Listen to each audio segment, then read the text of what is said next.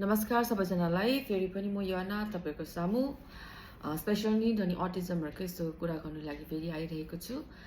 आज चाहिँ मलाई तपाईहरुसँग के कुरा शेयर गर्नु मन पर्यो भन्दाखेरि स्पेशली अटिजममा चाहिँ अब हैन जब नानीहरुलाई स्पीच थेरेपी ओटी या कुनै पनि थेरेपी हुन्छ नि अब डाक्टरले जब सजेस्ट गर्नुहुन्छ तब गराउनु हामी जान्छौँ है नानीहरुलाई। अब के हुन्छ भन्दाखेरि चाहिँ अब यो चाहिँ मेरो अब पर्सनल एक्सपिरियन्स है तपाईहरुलाई अब म एउटा अटिजम मदर भएर अब मैले देखेको र मैले बुझेको अनुसार तपाईहरुलाई शेयर गरेको। युनिशालाई त मैले खाली एबीए थेरेपी मात्रै गराएको है अहिलेसम्म, अन्त त्यो मात्रै गराउँदैछु जुन चाहिँ त्यो हो जे एबीए भनेको चाहिँ अप्लाइड बिहेभियर एनालिसिस हैन। यो चाहिँ एउटा बिहेभियर थेरेपी हो भनौं न है सर्ट फर्ममा भन्दाखेरि। प्राय चाहिँ यहाँको डाक्टरहरूले मैले देखेको चाहिँ अब एबीए थेरेपीको सजेस्ट गर्दैन रहेछ है।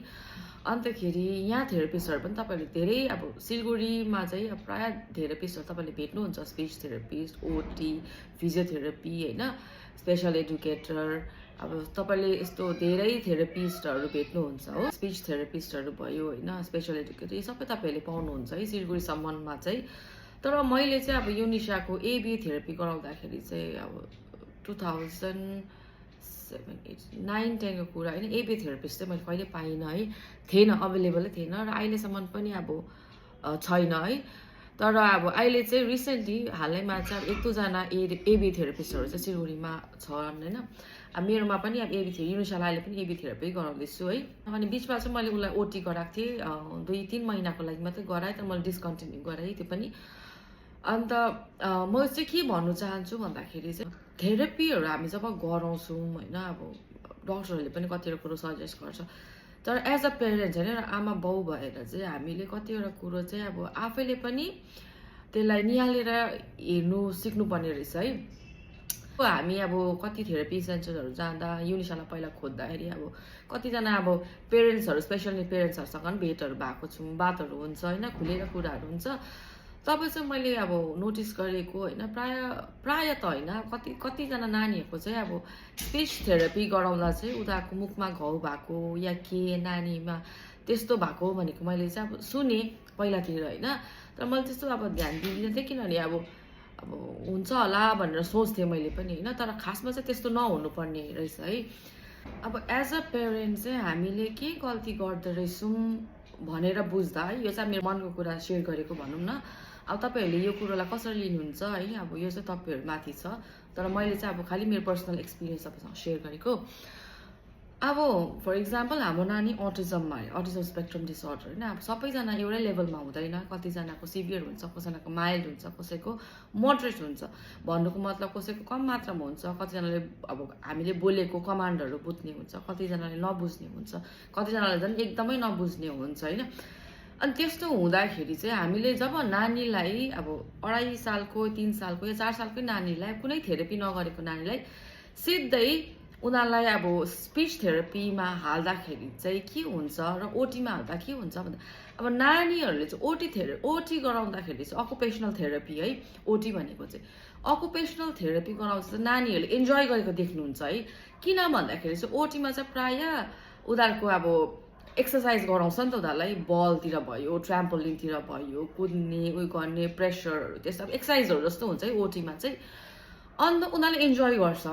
तर स्पीच थेरेपी गराउँदाखेरि चाहिँ हाम्रो नानीहरुले विशेष गरी चाहिँ उनीहरुले प्रब्लम फेस गर्छ। किनभने अब स्पीच थेरेपीमा त पहिला उनीहरुमाथि थेरेपिस्टहरुले काम गर्नुको लागि त नानी त बस्नु पर्यो हैन, उनीहरुलाई गराउँदा थेरेपी गराइन्जेलसम्म। किनभने स्पीच थेरेपी त कुदेर बलमा उफारेर हैन, मुखको एक्सरसाइज हो नि त हैन, यति भएको भनौं न हैन, मेन चाहिँ अब यति फेशियल हाम्रो मुखको। अनि त्यसको लागि त नानी बस्नु पर्यो पहिलो कुरो है। अर्को कुरो चाहिँ के हो भन्दाखेरि चाहिँ नानीले बुझ्नु पर्यो नि त, मुख आ गर, जिब्रो निकाल हैन। अब के अब हुन्छ, यो त मैले तपाईलाई 1-2 वटा जुन चाहिँ अब मैले किनभने युनिशालाई चाहिँ गराएको छुइनँ, तर यो चाहिँ मैले अब अरु पेरेन्ट्सहरुबाट अब थाहा भएको कुरो, थाहा लागेको कुरोहरु चाहिँ शेयर गरेको। अनि मैले चाहिँ के भन्नु चाहन्छु भन्दाखेरि चाहिँ जब हाम्रो नानीले बुझ्दैन र त स्पिच थेरापी हामीले गराउँदाखेरि चाहिँ नानीहरूले चाहिँ कसरी चाहिँ त्यसमा चाहिँ उनीहरूले बुझेर चाहिँ कसरी चाहिँ काम गर्छ त्यही भएर के हुन्छ भन्दाखेरि चाहिँ हाम्रो नन भर्बल भनौँ न प्रायः चाहिँ जसको बोलेको छैन र अटिजम स्पेक्ट्रम डिसअर्डरमा हुने नानीहरूलाई चाहिँ उनीहरूलाई चाहिँ बिहेभियर थेरापी नगराइकन सिधै स्पिच थेरापीमा हाल्दाखेरि चाहिँ उनीहरूको कतिवटा रिजल्ट जुन चाहिँ हुन्छ काम अब स्पिच थेरापीले काम नगरेको जस्तो देखा पर्छ है।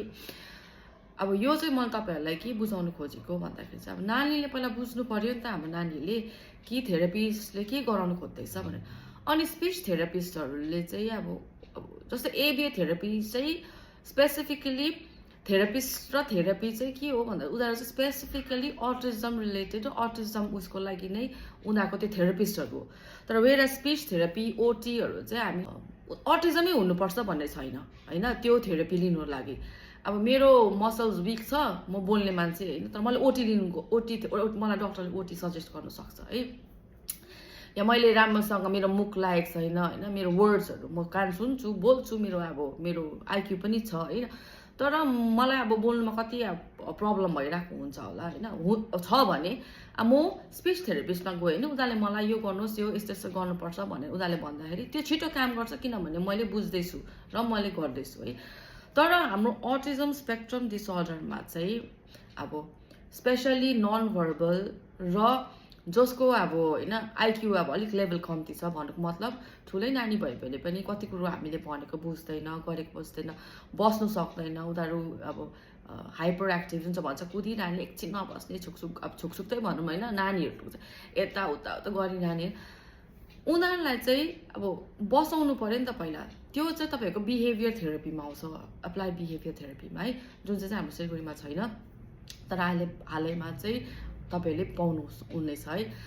अनि म त्यही भन्न चाहन्छु कि अब तपाईँहरूलाई यो नसोच्नुहोस् कि स्पिच थेरापीमा हाम्रो नानीलाई हाल्यो तर केही उसको कामै भएन भन्दाखेरि किन भन्नुको कारण चाहिँ त्यसले गर्दा प्रायः चाहिँ मिसिङ पोइन्ट हुन्छ नि एउटा लिङ्क जुन चाहिँ हुन्छ किनभने स्पिच थेरापिस्टहरूले चाहिँ अब अहिले चाहिँ अब उनीहरूले पनि कतिवटा अटिजम स्पेक्ट्रम डिसअर्डरको नानीहरूलाई उनीहरूले डिल गरेर अब कति वर्ष भइसक्यो अब युनिसै 8 वर्ष भइसक्यो भन्नुको मतलब चाहिँ अब त्यति नै वर्ष नै अलमोस्ट भइसक्यो कि यहाँको थेरापी सेन्टर्सहरू उनीहरूले चलाएको हाम्रो नानीहरू अझै बढ्दै आएको छ एभ्री इयर होइन त्यसले गर्दा थेरापिस्टहरूलाई पनि कतिवटा कुरा उनीहरूलाई नलेज हुँदै गएको छ तर उनीहरूले चाहिँ अब स्पेसिफिकली अटिजमलाई मात्रै ट्रिट गर्नेहरू चाहिँ होइन है।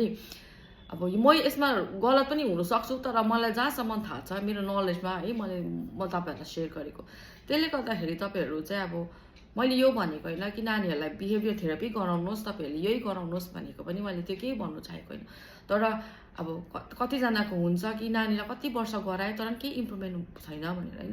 मेन चाहिँ अब अटिजममा चाहिँ हाम्रो नानीहरूले कतिवटा कुरो उनीहरूले कम्प्रिहेन्डै गरेको हुँदैन बुझेकै हुँदैन हामीले भनेको त्यसले गर्दाखेरि चाहिँ उनीहरूको पहिला बिहेभियरमा उनीहरूलाई बस्नु सिकाउनु पर्यो हामीले उनीहरूले कमान्डहरू कतिवटा फलो गर्नु सक्यो भने मात्रै कतिवटा थेरापी पनि काम लाग्छ है। अब यो चाहिँ मेरो पर्सनल अब तपाईँहरूलाई भ्युज भनेको है यसमा तपाईँहरूलाई कतिवटा कुरो ठिक पनि लाग्न सक्छ कतिवटा कुरो रङ पनि लाग्न सक्छ है। यो चाहिँ अब खालि अब मैले तपाईँहरूसँग अब एउटा सेयर गरेको as a special need mother I hope हुन्छ नि अब कतिलाई हेल्पफुल पनि लाग्न सक्छ कतिलाई नलाग्नु पनि सक्छ तर अब कतिजनाको डाउट्सहरू क्लियर पनि हुनसक्छ। हुन्छ त आजलाई यति नै थ्याङ्क यू सो मच।